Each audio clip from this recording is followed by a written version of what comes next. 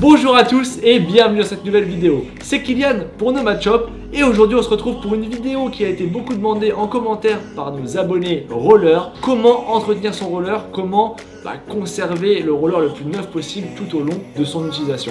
Et donc aujourd'hui on va voir les 5 tips pour entretenir son roller. Et vous savez quoi, j'ai la chance aujourd'hui d'avoir un invité avec moi. C'est la première fois pratiquement que je peux faire une vidéo avec une personne. Et on a notre ami Stéphane qui va arriver tout de suite maintenant. De nulle part. De nulle part. T'as vu les effets spéciaux chez Nomad Shop, hein? Il y a du budget. On a du budget de fou. On a du budget de fou. Stéphane qui a fait du roller très longtemps, à haut niveau. Tu faisais des sauts, c'est ça? Ouais. Voilà. Beaucoup de sauts, du salon, du etc. freeride. T'en as entretenu des rollers? Ouais, quoi. j'en ai niqué entretenu. aussi. J'en ai monté, j'en ai abîmé beaucoup en quad et en patin en ligne, les deux. Parfait, donc ça va être aujourd'hui notre expert qui va nous expliquer comment faire. Mais juste avant ça, si vous ne connaissez pas encore Nomad Shop, et dans la magasin de sport urbain, basé ici à Paris-Bastille, on vend quoi? On vend de tout, on vend de la trottinette freestyle, du BMX, du roller quad, du roller free skate, du roller street, du skateboard, du longboard, du skate de street. Tout ce qui appartient à l'univers de la glisse urbaine. Donc si vous n'êtes pas encore abonné, on fait des vidéos en rapport avec tous ces univers. N'hésitez pas à vous abonner maintenant, mettre un petit pouce dès maintenant et commenter ce que vous aimeriez voir comme vidéo ou pourquoi pas les questions que vous aurez à la fin de cette vidéo. En tout cas, c'est parti. Aujourd'hui, c'est les 5 tips pour entretenir son roller. Let's go. Qui avec nous, roller en ligne et roller quoi, c'est ça? Exactement, on a les patins en ligne, comme ça, parce que les roues sont en ligne. Et les quads qui sont les patins qu'on va appeler traditionnels comme à l'ancienne. Évidemment, les rollers sont neufs. On n'a pas de roller usé sous la main. Qu'est-ce qu'on fait quand on a un roller comme ça, juste l'entretien basique? L'entretien sera notre première étape d'ailleurs. J'ai oublié de dire, première étape, l'entretien basique. Déjà vérifier son état général. Sur les patins en ligne, se focaliser sur les boucles et regarder si elles sont en état de fonctionnement, donc qu'elles s'ouvrent bien, qu'elles se bloquent bien, alors que sur le patin quad traditionnel, ça va être le lacet qui va faire cet office-là. Si j'ai un problème, je peux changer ces trucs-là? Alors, les lacets, bien sûr, comme sur n'importe quelle chaussure. Et après, les boucles, on a effectivement un éventail de boucles diverses et variées pour correspondre à peu près tous les patins qui vont être disponibles dans notre boutique. Et sur les patins traditionnels, ça va plus être les freins, les roues qu'on va changer. Bien sûr, les amis, comme d'habitude, lien est en description, le lien du site internet, tout est disponible sur le site internet. Et comme d'hab, ça nous fait aussi super plaisir si vous pouvez venir en magasin, nous rencontrer, parler, discuter avec nous. Et il y a l'atelier d'ailleurs, de toute façon, qui est disponible. Bien sûr, c'est surtout nous on est là pour échanger, on est là pour parler de notre passion commune et de vous faire découvrir des choses peut-être que vous ne savez pas sur les patins. Je peux aller dans la boue et tout, je fais quoi? Je le nettoie quand même mon roller, je vais pas le laisser sécher. Non, il faut pas faire ça effectivement, on va essayer de faire quelque chose de bien. Alors si jamais tu as roulé dans la boue, l'idéal étant de nettoyer tes roulements. Si c'est de la poussière, juste un petit nettoyage au chiffon en retirant les roues, en nettoyant les axes des trucks ou les axes des roues sur les patins en ligne, il n'y aura pas de souci. Si jamais c'est de la boue, là on est obligé de partir dans un entretien un peu plus poussé qui va être notre deuxième étape. Exactement, il est trop fort les gars, c'est un youtubeur. Grave. Deuxième étape, on passe à l'entretien de nos roulements qui est extrêmement important pour garder des rollers qui roulent bien et qui roulent longtemps. C'est parti, deuxième étape.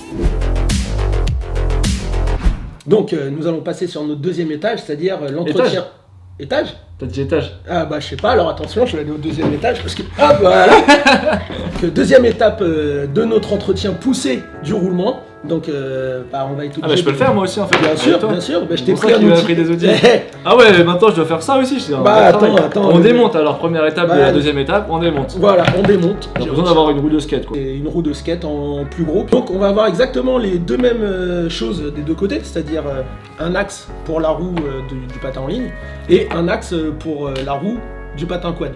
Alors sur le patin en ligne, il faut faire attention quand on démonte ses roues, il faut essayer de repérer leur position nécessaire. Mais tu sais quoi, pourquoi? On le dit après. Voilà, ce sera dans notre troisième étape ou quatrième, je ne sais pas, on n'a pas encore réfléchi dans le sens. C'est la 3. Alors la troisième étape. Sur le patin en ligne, ce qu'on va avoir, c'est qu'on va avoir la liberté de pouvoir passer le chiffon dans la platine et nettoyer la platine pour éviter d'avoir des dépôts qui vont se mettre entre la roue et le roulement. Tu mets un petit coup de vis sur la platine pendant qu'on y est, non? Tout à fait, on peut vérifier les serrages de la platine, ça coûte rien effectivement. Donc bref, j'ai mes roulements, ils ne roulent plus, ça fait c'est dégueu, tu sais pas quoi faire. Voilà. Moi j'avoue, je changerai de roulement. Alors, je suis comme toi. Parce que le roulement est pas cher pour nous. Exact. C'est vrai que ça coûte cher. Effectivement, ça commence à revenir cher si jamais on s'amuse à sortir à chaque fois qu'il pleut. On prend le truck, donc l'axe du truck qui est là, et on va prendre la roue, on va la mettre légèrement en biais comme ça, et on va la tordre. Ma foi, c'est très efficace. Très efficace. Et donc on se retrouve avec le roulement du coup qui est sorti, qui est sur l'axe. Sur les roulements en ligne, c'est plus compliqué. On va prendre son outil Alors ce qu'il ne faut jamais faire, c'est pousser à travers la roue, parce que si jamais on a un petit tournevis pointu, bah on va peut-être enfoncer la cage du roulement et là il tournera plus, mais on aura beau le nettoyer, il tournera plus quand même. Donc on va faire pareil que sur le quad, on met un petit peu de biais et on fait levier, et vu comme Kylian a dit, le corps est un petit peu plus dur, bah c'est un petit peu plus compliqué à le sortir, mais ça sort de la même manière. C'est du plastique, hein, c'est pas du plastique, ne faites pas ça. Oui, ça de toute manière vous n'y arriverez pas. Alors une fois qu'on a sorti les roulements, il y a toujours des cheveux dedans. On sait pas d'où ils viennent, mais il y en a. Quad, ils vont venir se loger un petit peu sur l'axe et entre les roulements, et sur les patins en ligne, ça va faire une petite touffe de cheveux juste sur la bague du roulement qui va freiner le roulement. On enlève tout petit à petit, on essaye de faire tout le clean, et après on peut passer à la deuxième étage qui va être le nettoyage du roulement proprement dit. D'accord, alors t'as le deuxième étage encore. Deuxième étage? Ouais, je sais pas, j'ai un problème avec les étages. Voilà. Nettoyer, j'imagine, avec du produit. Exactement, on va nettoyer avec du produit les roulements, mais au préalable, faut les ouvrir. Donc, vous allez devoir vous munir d'un cutter ou une petite aiguille de couture. Faire levier sur la lèvre du roulement ici pour pouvoir retirer la petite coupelle. L'idéal, si on veut les nettoyer correctement, est d'ouvrir les deux flasques pour se retrouver du coup avec le roulement à nu, comme ça, ouvert des deux côtés. Et sur celui-là, ça va être un peu plus compliqué parce que vous allez avoir besoin d'une lame qui va vraiment être très pointue. Vous avez un tout petit circlips qui va être sur le bord de la flasque ici, et il va falloir trouver l'ouverture du roulement. Voilà, vous avez une toute petite bague, je sais même pas si jamais on va la voir. Ouais. Tu bouges, c'est bon. Voilà, donc faut enlever ça, et là, vous avez la petite flasque tout en métal, du coup sans le caoutchouc. Là, ce que je viens de faire pour un roulement, faut le faire pour 16. Mais ça permet de pouvoir repartir sur de bonnes bases avec des roulements qui tournent plutôt correctement. Alors ça, c'est pas un produit en lui-même, ça c'est un accessoire pour pouvoir nettoyer les roulements. Un roulement, comme ceci, on remet une entretoise, on remet un deuxième roulement, et ainsi de suite jusqu'à temps d'avoir mis 8 roulements. Et là, on va mettre un produit nettoyant que pour l'instant je ne peux pas vous présenter, parce que je n'en ai plus. Mais on peut mettre de l'essence, on peut mettre un produit spécialisé, donc du Sonic Turbo Wash. On met les roulements, on ferme comme une gourde, on secoue. Et une fois qu'on a secoué, on laisse retomber parce que toute la graisse va s'être dissoute avec la saleté à l'intérieur et ça va retomber dans le fond. Donc le but, c'est faut pas ressecouer et ressortir les roulements. Sinon, quand on va les ressortir, ils vont se recharger de saleté. Et l'idéal, c'est de faire 2 passages. Le kit que vous avez là-dedans, vous le remettez. Alors la technique sympa pour pouvoir le réutiliser plusieurs fois, si vous prenez un filtre à café et vous versez votre contenu à l'intérieur du filtre à café, vous récupérez le liquide qui est filtré de l'autre côté. Vous pouvez faire un deuxième bain parce que c'est quand même un petit peu cher le produit, et surtout c'est pas très bon pour la nature, donc moins on va en utiliser, mieux ce sera. Après, une fois qu'on a fait ces étapes là, qu'on a relubrifié, soit on relubrifie donc avec l'huile ou avec la graisse, on referme de la même manière qu'on a fait pour les ouvrir, et après on peut passer donc du coup à la 3e étape, c'est-à-dire le remontage et l'ajustement, on va dire, des réglages. Me voici de retour dans la vidéo, les amis. Ça m'a fait bizarre d'être derrière la caméra, c'est rare ici, je pas souvent. Même c'est rare ici même. Oui, c'est rare ici, c'est blague. Notre 3e étape. Donc, remontage. Le remontage, en théorie, pas vraiment le remontage. Le remontage, finalement, c'était l'étape d'avant. On l'a remonté. 3e étape, entretenir ses roues. Que les roues, elles s'usent différemment à droite et à gauche. Et donc, forcément, quand vous allez remonter vos roulements, etc., certes, c'est le remontage, mais vous n'êtes pas obligé de nettoyer vos roulements pour faire cette étape, en fait. On n'est pas obligé. Voilà. On n'est pas tout le temps obligé de nettoyer. C'est juste que nous, comme on a nettoyé nos roulements, on va dire que c'est la suite. Mais en théorie, il faut aussi, en 3e étape, modifier le sens de vos roues parce qu'elles vont s'user différemment. Et là, c'est lui l'expert qui va nous expliquer. Moi, ce que je veux voir, c'est ton dessin là. Il avait fait un dessin depuis tout à l'heure. Attention, j'ai tout. C'est le dessin de la 3e étape. Voilà. Là, c'est plus le patin en ligne qui va nous intéresser parce que le patin en ligne, le problème, c'est que on va pousser en latéral. Donc, on va pousser. Voilà. Je fais les. Voilà. Donc, en fait, on va user un coup la face interne de la roue, un coup la face externe. Mais on est tous à peu près fichus pareil. Ouais. C'est-à-dire qu'on a tous des facilités à tourner à droite ou à gauche, ou on va dire des techniques de freinage qui vont être plus facilement... Le freinage en T, je vous ramène sur la vidéo tutoriel comment freiner un roller qui se trouve ici. Voilà. Ou le freinage parallèle. Oui, comme ça. Comme en ski, voilà. Ouais, si, bien sûr, c'est le niveau 4 ou 5 de difficulté. Voilà, exactement, tout à fait, c'est ça, ce sont les niveaux 4 et 5 dans les cours. Il faut impérativement les changer de sens régulièrement parce que les roues vont s'user toujours au même côté. Et il y a une technique qui est assez simple, je l'appelle la technique 1-3. Et oui, c'est parce que c'est ça que j'allais dire, c'est-à-dire que tu les changes de sens, de côté, Voilà. mais tu changes aussi ta roue avant, ta roue arrière, parce que forcément le roulement ne s'use pas pareil s'il est devant ou derrière. La roue, effectivement, le roulement s'use pareil sur toutes les roues. Oui, la roue, c'est ça que je veux dire. Mais je sais, mais c'est... T'as compris. Vous avez compris. Tout le monde a compris. Exact. On la pivote pas la roue. On va juste la transférer de l'autre côté. J'ai colorié un petit peu ici, c'est pour symboliser les écritures qu'il y a sur la roue. Donc, les écritures du pied gauche vont se retrouver à l'intérieur du pied droit et inversement. 1-3. 1-3, 2-4. Voilà. Pourquoi? Parce que la roue du 1 à gauche va aller sur le 3 à droite, sans pivoter. Voilà. Si vous la pivotez, ça revient au même en fait, c'est la face extérieure qui va à nouveau être usée. Exact. C'est tout à fait ça. Donc, on va essayer de toujours faire ça. Après, sur le deuxième changement de roue, c'est là qu'on va avoir un problème, c'est que les écritures vont être probablement effacées. Ah les écritures qui sont là s'effacent avec le temps. Ces écritures-là, j'étais perdu. Ah, celles-là, non, celles-là sur le papier vont rester ad vitam aeternam jusqu'à temps que je les jette à la poubelle. Donc moi, ce que je fais, je prends un stylo et je marque sur la face interne le numéro et de quel pied c'était. Voilà, vous avez compris ce changement de roue très important en roller, c'est vraiment juste dans le roller qu'on fait ça. En vrai, c'est super important dans le roller. C'est important. Faut vraiment le faire. Il y a plein de gens qui le font pas, ils se retrouvent avec des triangles dans à la place des roues. Dans le roller en ligne, puisque ça va occasionner des déséquilibres de patinage.